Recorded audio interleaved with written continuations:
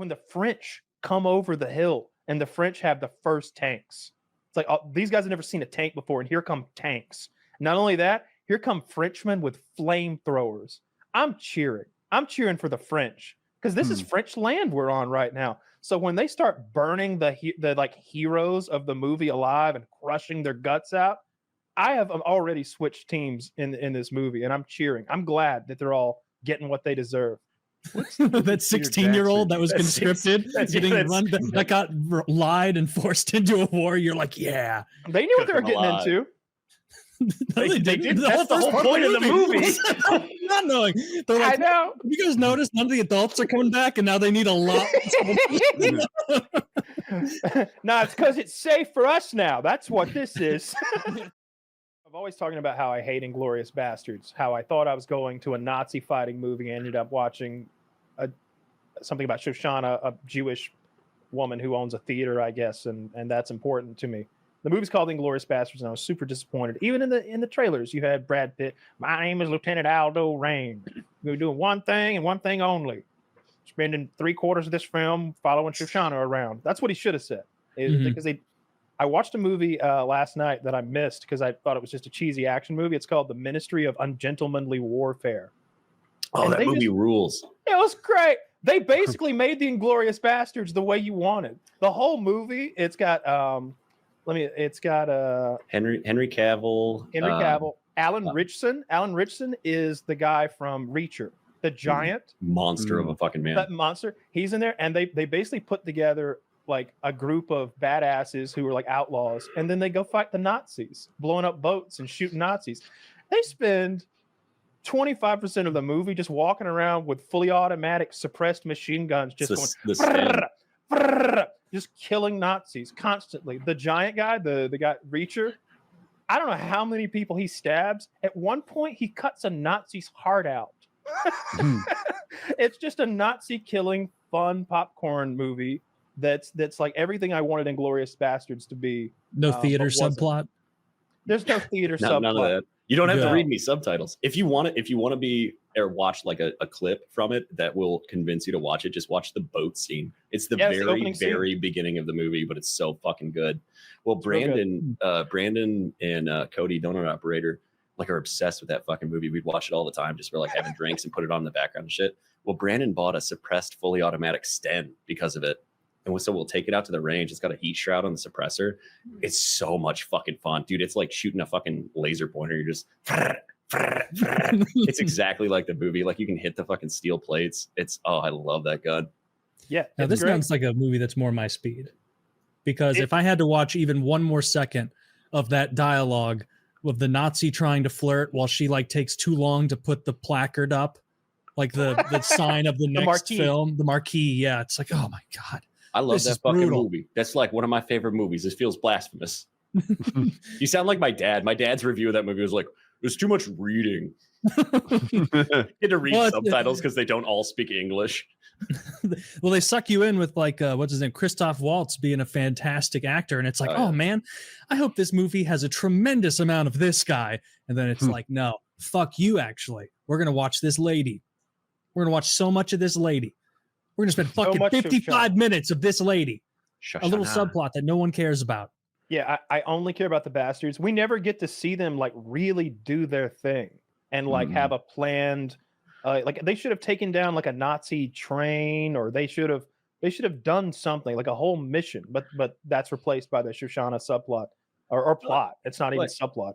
The Nazi movie that delivers is Saving Private Ryan.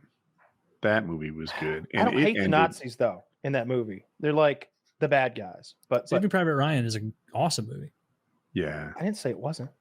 But he wanted the Nazi killing to be more personal.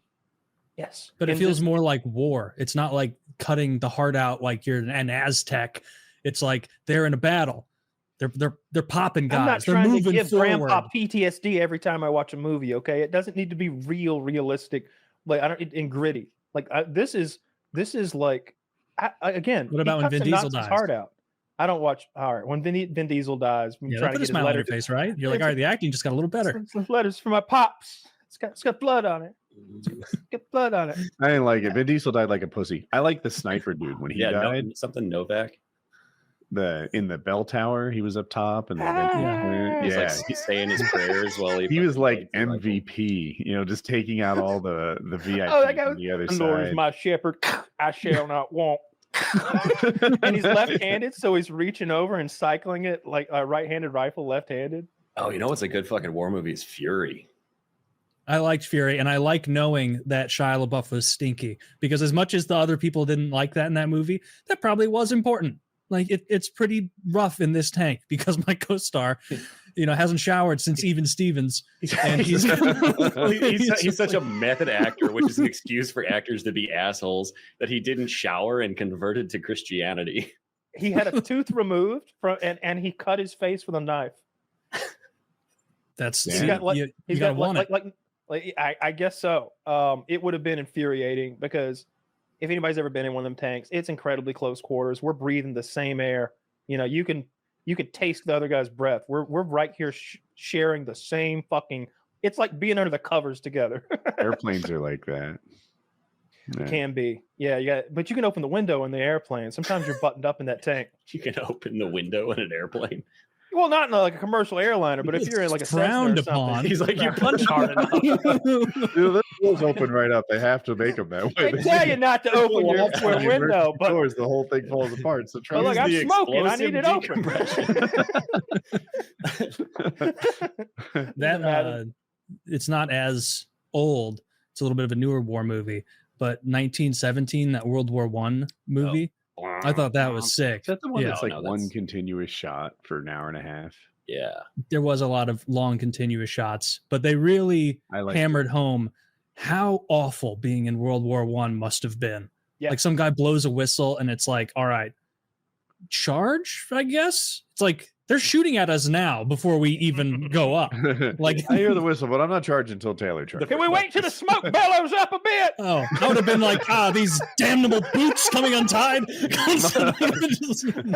They'd shoot you for cowardice. You didn't go over the wall.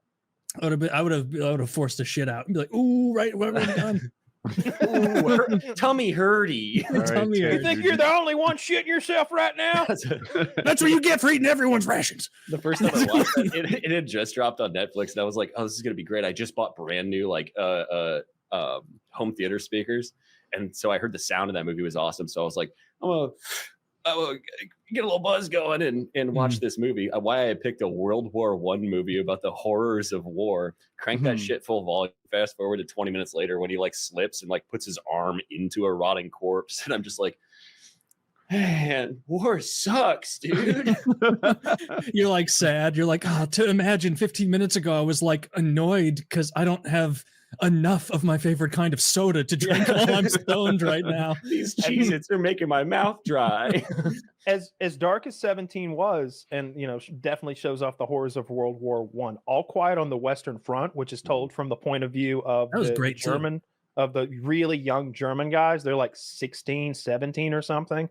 They're also happy when they're getting their uniforms and helmets, and the guy notices that somebody else's name tag is in this shirt. I think these are bullet holes that have been sewn up on this one. And they're like, don't worry about that. And just off to war to be men. And then quickly they realize it's hell on earth. By the end of that movie, though, and I don't think you're supposed to, I have already given up on the characters of the movie. I hate them because they're Germans and they're bad and they're stupid. When the French come over the hill and the French have the first tanks, it's these guys have never seen a tank before, and here come tanks. Not only that, here come Frenchmen with flamethrowers. I'm cheering for the French because this is French land we're on right now. So when they start burning the heroes of the movie alive and crushing their guts out, I have already switched teams in this movie, and I'm cheering. I'm glad that they're all getting what they deserve. That 16-year-old that was conscripted, that got lied and forced into a war. You're like, yeah, they knew what they were getting into. They did. That's the whole point of the movie. Not knowing. They're like, I know. You guys notice none of the adults are coming back, and now they need a lot. No, it's because it's safe for us now. That's what this is. It's safe for. They're giving us a little chance to, iron sharpens iron. Yeah, that would be so horrible. You're in a trench, and then some dude flames you to death. Getting killed by a French guy. Is there a gayer way to die? Yeah, getting fucked by a French guy. A flamethrower is like a horrific way to die. I think on Iwo Jima the mortality rate for flamethrower guys was 93%. Matter of opinion. 93% of the flamethrower guys on Iwo Jima died. He is the slowest talking, dullest character ever. He's in that other movie I recommended, the Ungentlemanly Warfare movie. He's in it, and it's just like, man, I don't think these Nazis would be tolerating this guy. I get he's suave and all, but I think they'd be getting him. You know what I mean? Like he shows up with like a white woman, and all the Nazis are like, nice to see you again. And it's like, what the fuck is happening right now? I was on board when we were blowing up battleships with scuba divers, but this seems unrealistic. That would be funny if the Nazis were like, "Oh my God, it's Jesse Owens here."